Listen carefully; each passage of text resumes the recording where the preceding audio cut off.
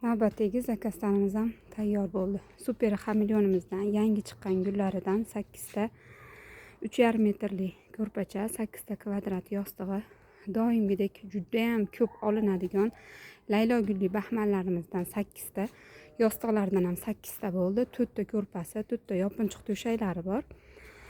Ertaga inshaalloh sizlarga turkiyalarini, ko'rpalarini, to'shaklarini ham vaqtimga qarab obzor qilib beraman. Buni hozir klientlarimiz kelishayotgani uchun shu 16 donasini qizlar tezdagina taklab mana shoman bo'lib qoldi.